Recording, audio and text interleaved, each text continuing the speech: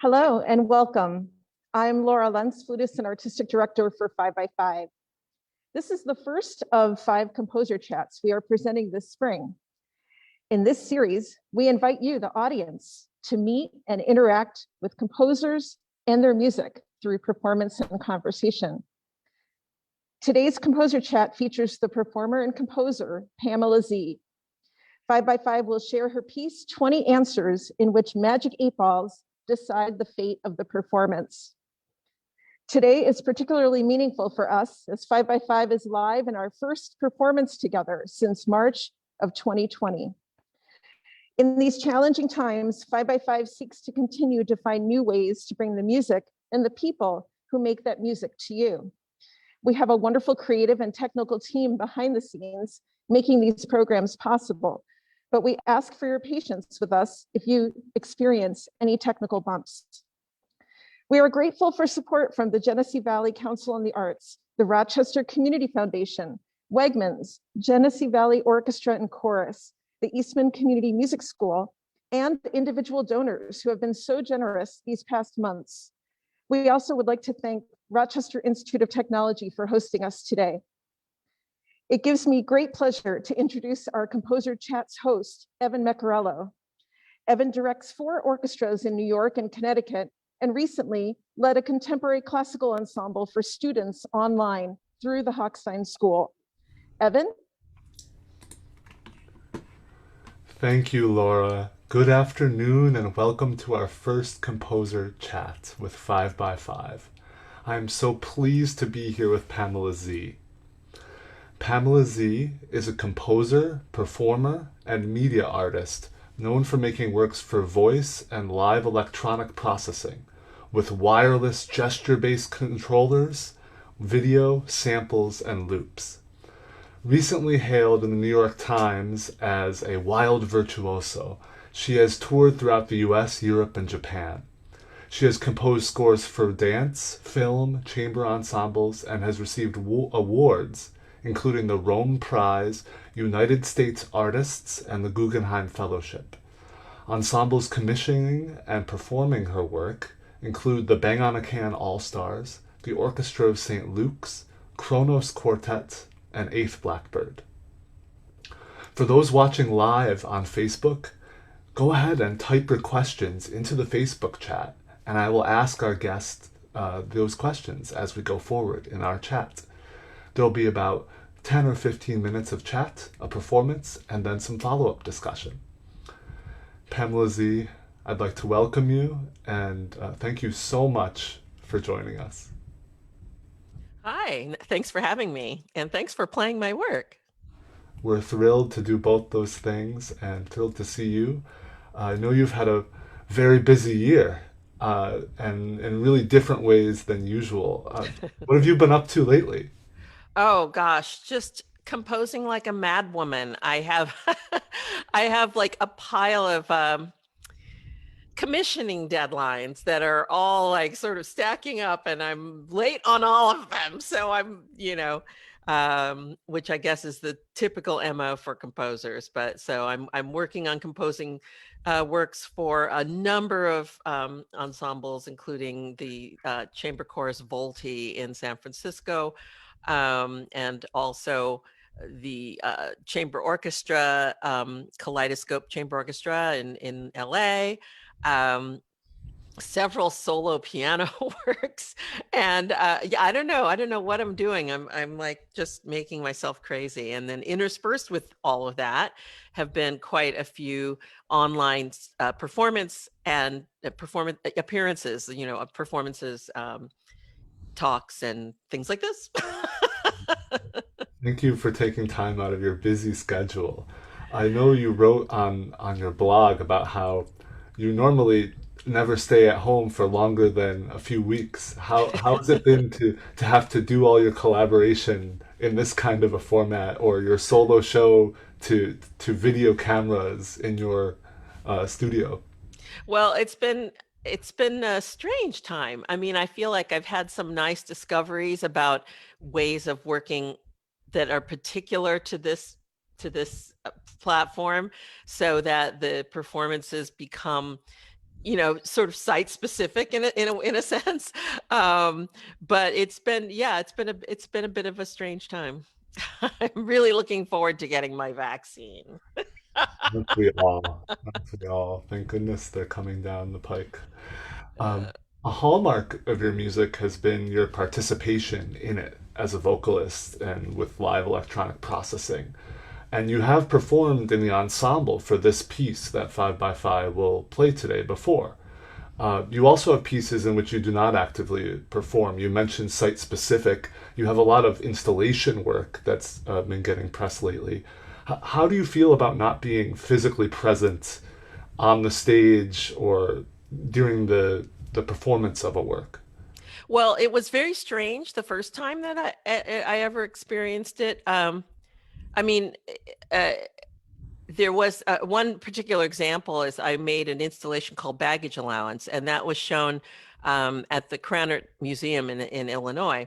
And I remember flying there and spending a week with the installation crew at the Krannert, installing the piece and getting it up and running. And then it was just so strange to get on a plane and go home and realize, oh, so my work is playing. I mean, it's my work is happening and I'm not there.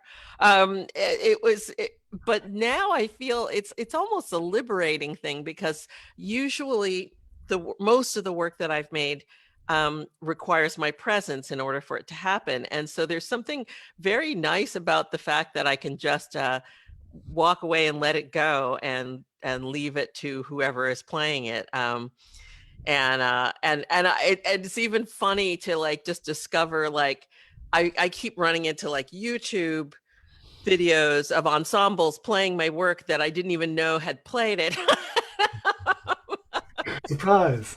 Yeah, so it's interesting. It's good. I think it's a nice combination. I mean, I feel like I'm such a performer. That's such a deeply embedded element of who I am as an artist, that it just really broadens things for me to have this other side of things where I'm making work that other people are performing. Yeah. So is it fair to say that 20 Answers is a more unusual work in your output so far? Um, yes and no. I would say it's one of the few pieces I've done that is relies very heavily on chance operations.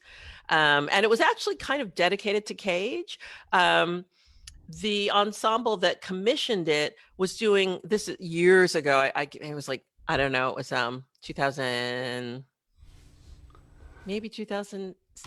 I have the score here. Maybe I'll check. Yeah, and they were doing a sort of a Cage tribute concert, and they commissioned all the works that were on that concert were commissioned with Cage's memory in mind, and so that was why I took this particular approach.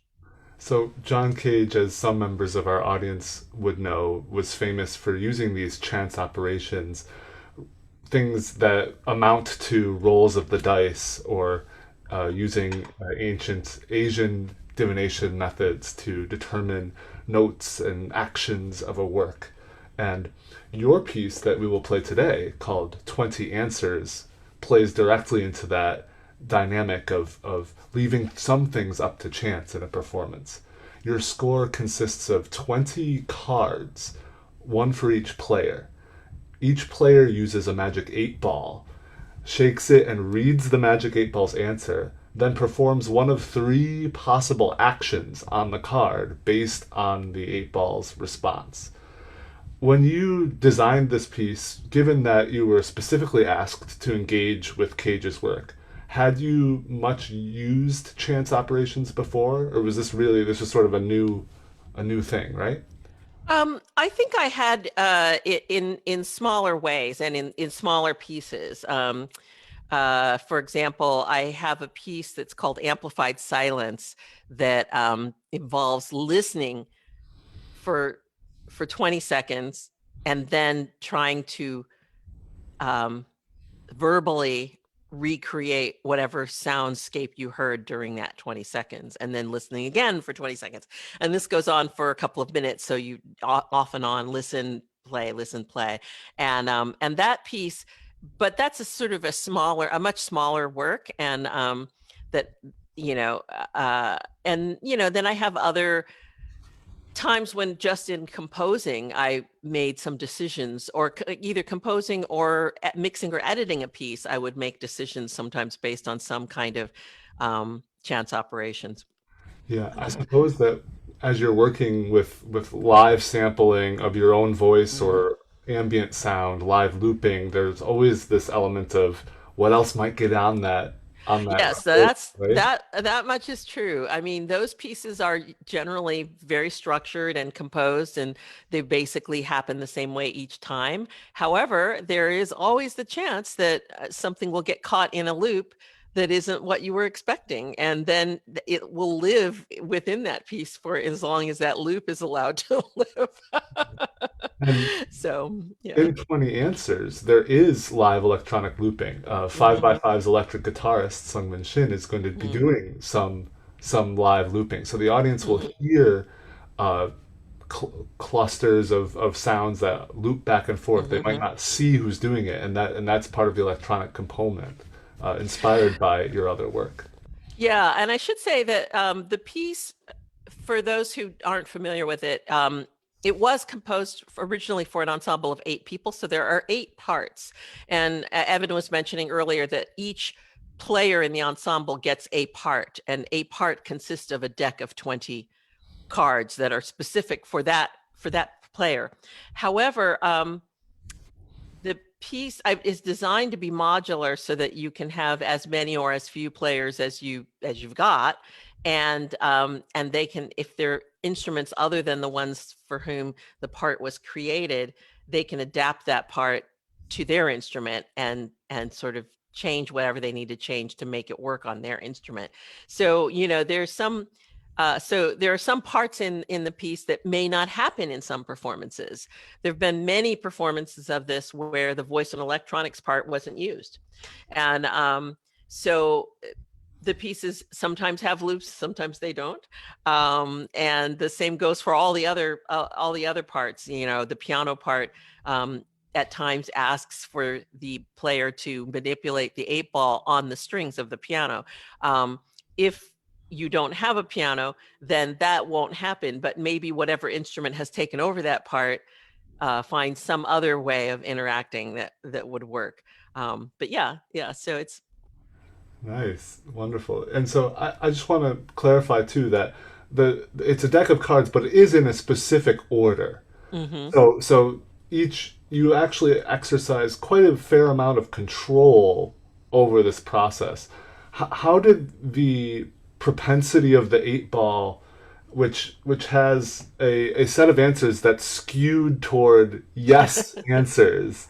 I forget the exact number at the moment, but I know that it has a propensity to say maybe more often than no, and Hmm. yes or Hmm. most certainly more Hmm. often than maybe. So does that play into how you structure the work?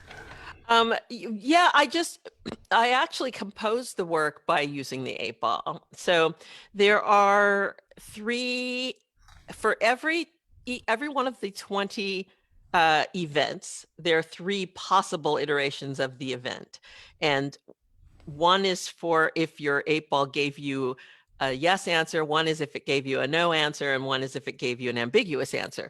And so, but to compose those little fragments that sort of comprise the different events, I actually, there's a little secret to this. I actually I would turn the 8 ball over and read the answer that came up, and I actually sort of spoke or sang the answer, and then I used the kind of transcription of my pronouncement of the answer to to determine what the actual material of the events. So all of the events are actually singable. So if you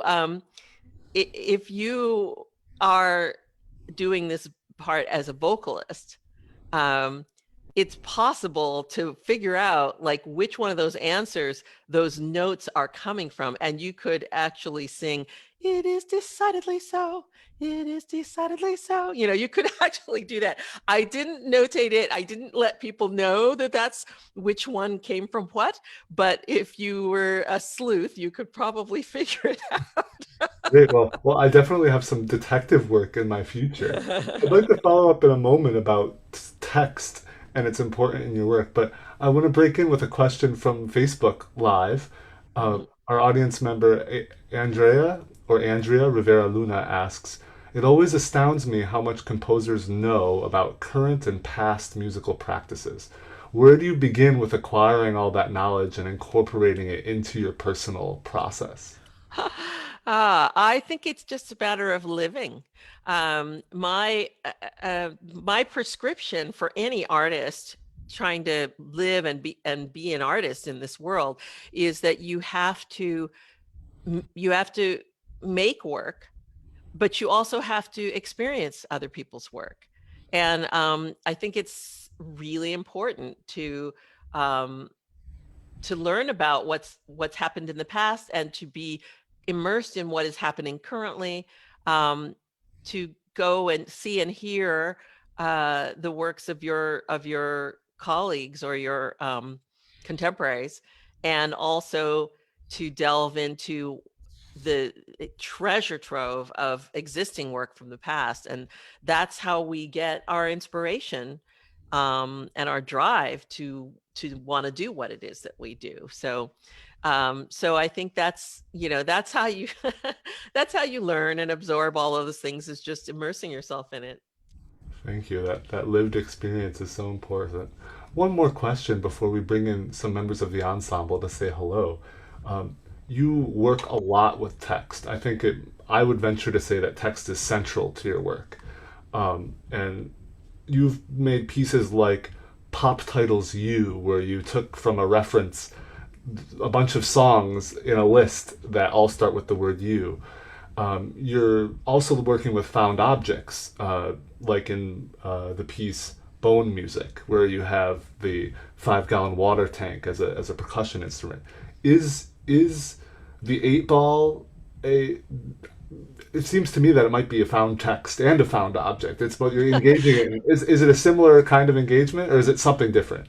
I suppose you could say that it is. I mean, I never thought of that, but it's a piece that embodies both the use of found objects and found text, because the 8 ball is definitely the 8 ball meets my criteria for what found object means. So when people talk about found object or found text used in art, my definition of it is that found text is, it's not that you were walking down the street and you found a book of poetry lying on the street and said, "Oh, I'll set this poetry to music," because that poetry was actually intentionally made by its maker to be art.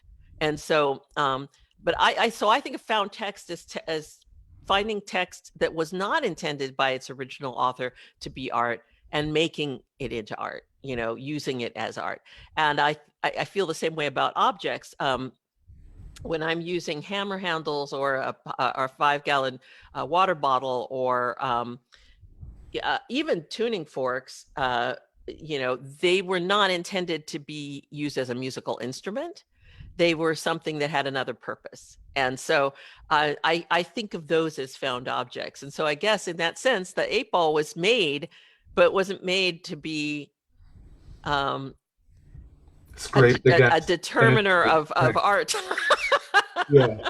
So there has to be a subversion of intention, Yeah, right? yeah, a use of it and out of its normal context, I guess. Well, let's. Although Oh, sorry.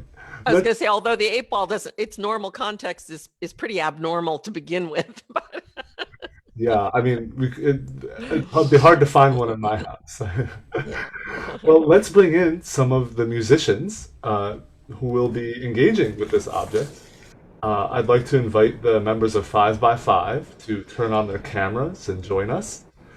In addition to Laura Lentz, who you heard from at the top of the program, we have Marcy Bacon, clarinet, Sungmin Shin, electric guitar, Eric Polanik, bass, and Haeyun Jun, piano. And what a As a surprise, reminder, there seem to be 5 of them. yes. As a reminder, anyone watching live can put in questions for Pamela Z or the ensemble, and I'll do my best to get to those. Hello, 5x5. How's it going? Good, good. Um, what has it been like to be together in the room at RIT for the first time in over a year with your whole group together? It's been wonderful so far. We absolutely love it. We've been talking about this for months and commiserating and trying to find ways of doing it, and we are so happy that this is working out. I think all of us, when we first heard each other playing, got goosebumps. Must really have been something. So many of us are missing all kinds of connections, and so I'm really glad that we were able to make this work today. Um, have you, when you're rehearsing a piece like this, have you encountered any cards that you look forward to, or any moments? Have you ever found yourself hoping for an answer from the 8 ball so you can do one specific action?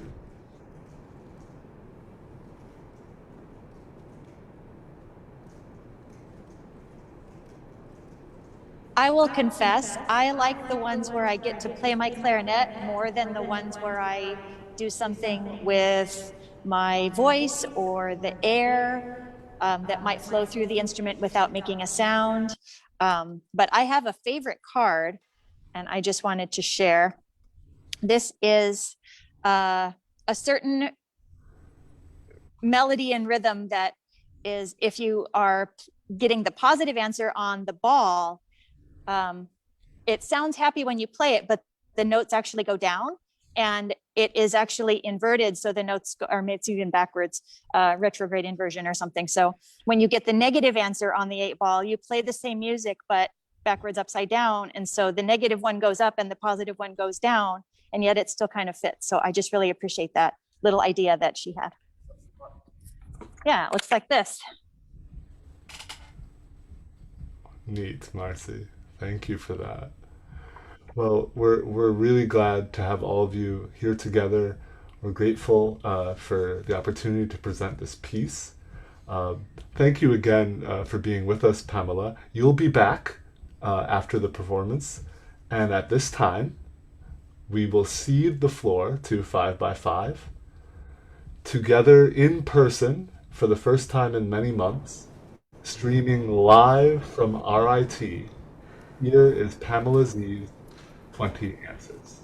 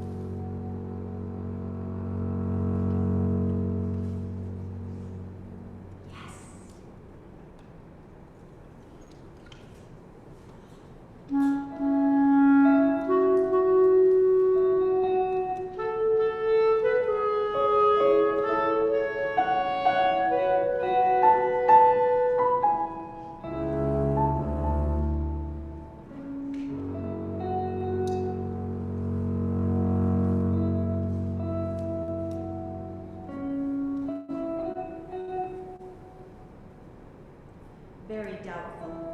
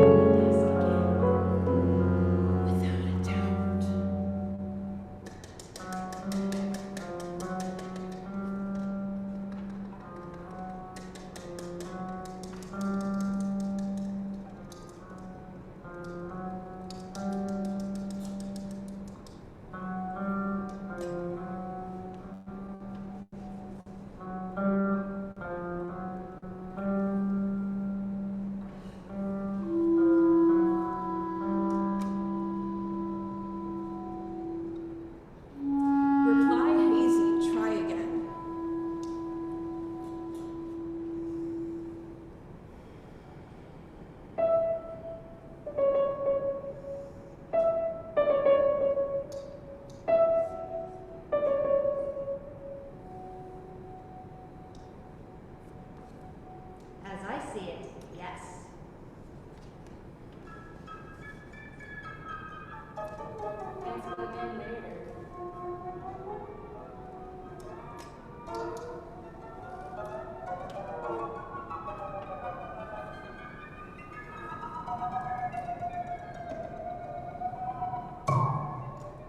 As I see it, yes.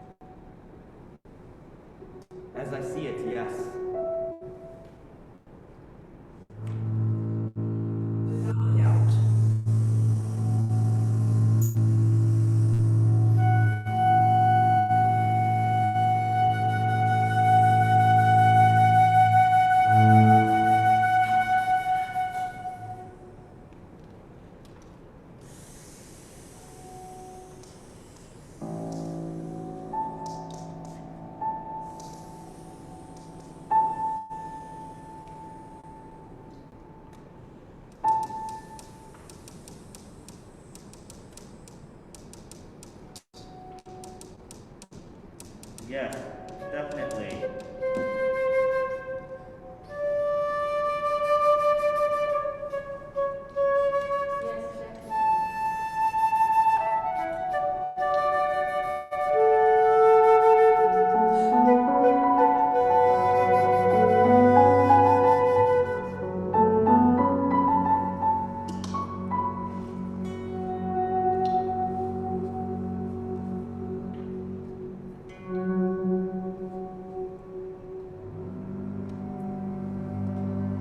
Very doubtful.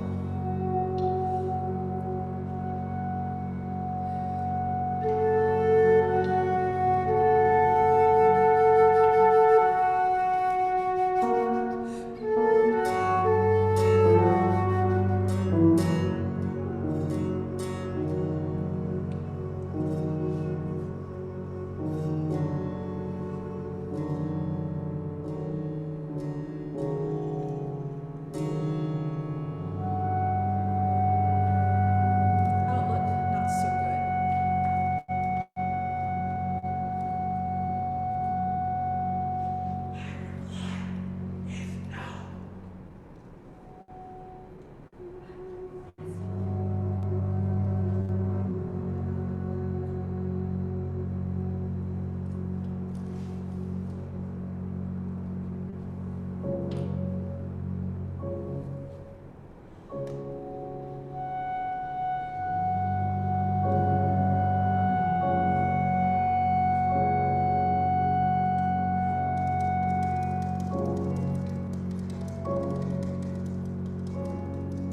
You may rely on it.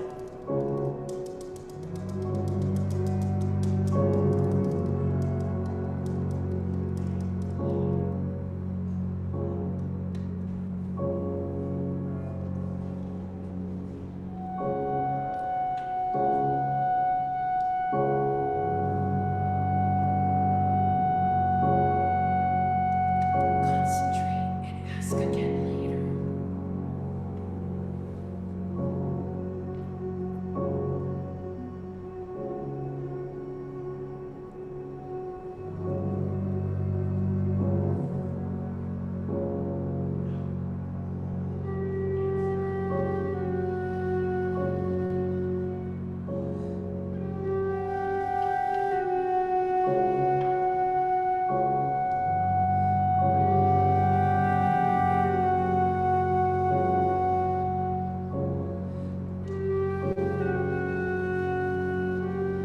Reply hazy.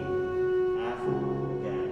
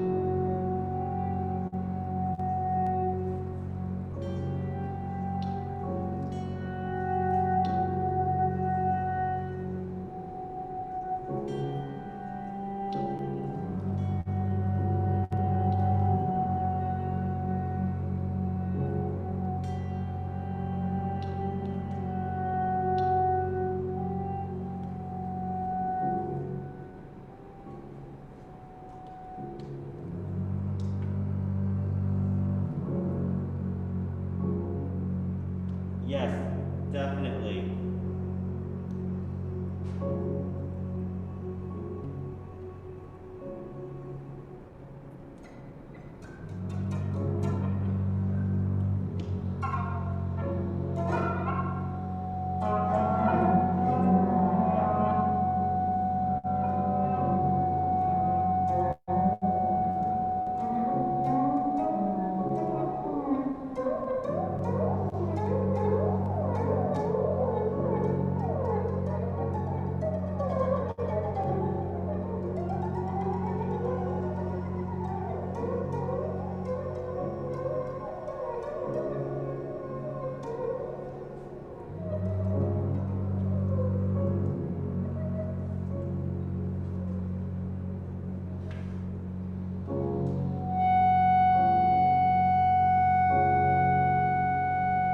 Yes, definitely.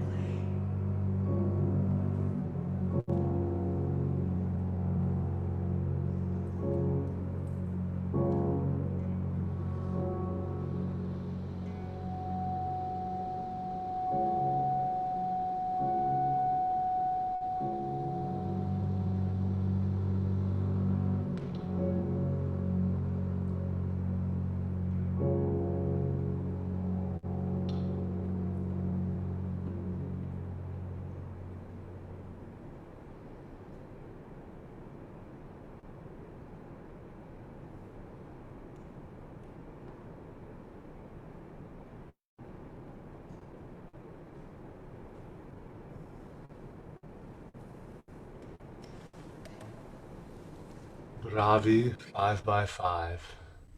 We just heard 20 Answers by Pamela Z. And we are coming back now with the composer herself to hear more thoughts from her and from ensemble members of 5x5. We are listening now to a live of 5x5, and that was 20 Answers. Pamela, welcome back. Thank you. I'm trying to make sure all my different browser windows are not not still broadcasting the delayed sound. As are we all in this new world of figuring out live video performances. Uh, I wanted to ask, as I was sitting here, that first, that audience members, please chime in now if you have questions that you were thinking about. We just have a few more minutes, so I want to try to get to a couple audience questions, and now I see some coming in. Let's just I go. I love this. I love this one from Etta Eskridge saying that she wondered if it was important for the audience to hear the words. And then she said that the 8 ball answered her question. So Yeah. just to clarify for people who might have wondered, the score calls for, with each event, for each part, with each event, at the top of the card, it gives them the instructions on how to read the 8 ball's answer. And sometimes it tells them to read it silently to yourself. Sometimes it says to read it out loud, and sometimes it says to whisper it. So that's why we're sometimes hearing those 8 ball answers and other times not. There's another audience question about composition involving balancing between the parts of a piece that is so-called unconsciously controlled, or a piece that is subject to chance operations. How do you think about balancing between parts in a piece like this where there's three choices happening? Well, I think I designed all of the parts with the hope that the choices I was making were things that would mesh together in an interesting way, regardless of which event would occur, and also because there's a lot of variance that can happen. It's not just that with each event every single player has three possible different outcomes as to what that event might be. But in addition to that, uh, um, there's a range of ways in which they might mesh together because every player may have a different I guess perception of what the duration of an event should be. And so I mean I actually have a tempo marking in the score, but that's just as a sort of basic guide so that when you're playing the notated things that you have a certain sound world in which that you understand that they happen durationally. But there's the time that it takes for each event, like for each person to actually consult the 8-ball and then read the answer in whatever way they're doing it, and then perform that event. And then there's always going to be some slight variation into the tempo that they're choosing because they're not playing with a conductor or a metronome.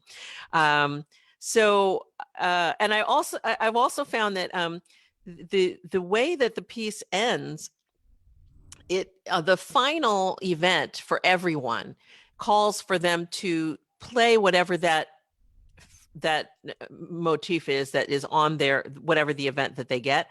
They're to repeat that until the entire ensemble has reached that final um, event, and then they can sort of fade out together. So what happens is there's always going to be a first person to get there, and there's always going to be a last person to get there. And so that extension of a lot of people being on the final event really varies in its duration.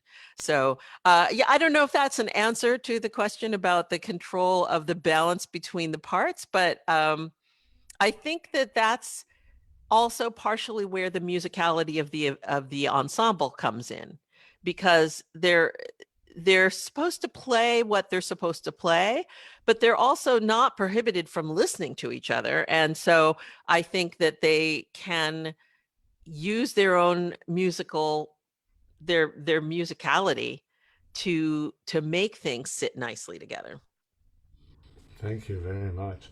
I'd love to ask any member of the ensemble a, a bit what it felt like in rehearsing a piece like this, where there's built-in silences, where there's options. It's not like, okay, everybody start at measure 46 and 3, 4, you know. So, how does a rehearsal of this work differ from a piece that's composed in a more linear compositional format?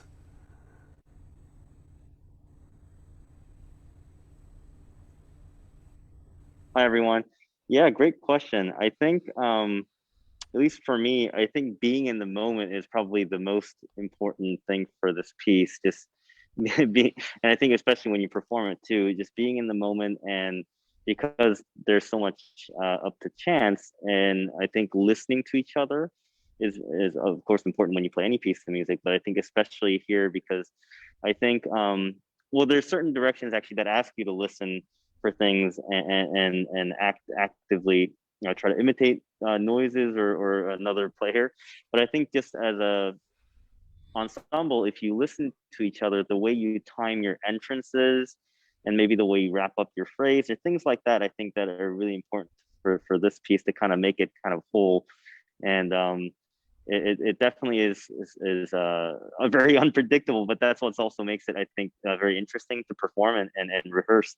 And like I said, I think it's just like really being in the moment and like just being just super focused, right? Because you have to like manage your own 8-ball and the cards and what you're gonna play, but you really have to also like listen to what the ensemble is doing, you know? So I think that's for me an important factor.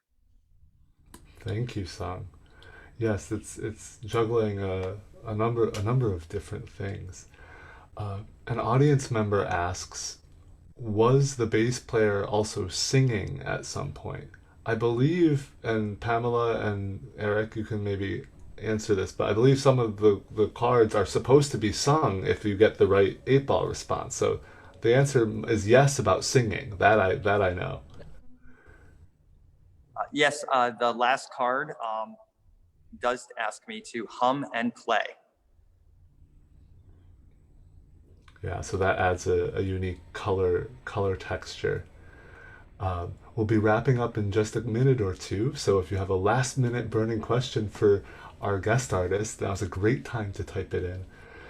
Pamela, I just wanted to ask you, do chance processes or divination play any role in your life outside of this piece? Since composing it, maybe in your artistic life or otherwise, is it something you've thought about much? Um,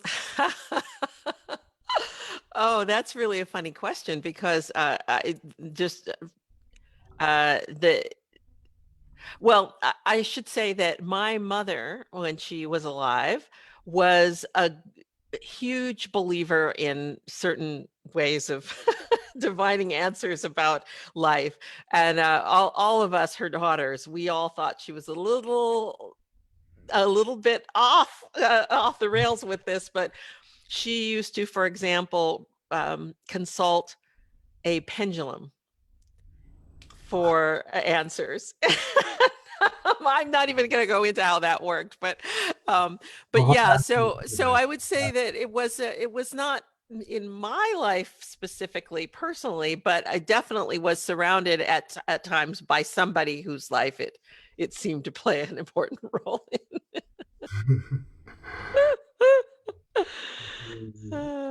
For that detail. Yeah.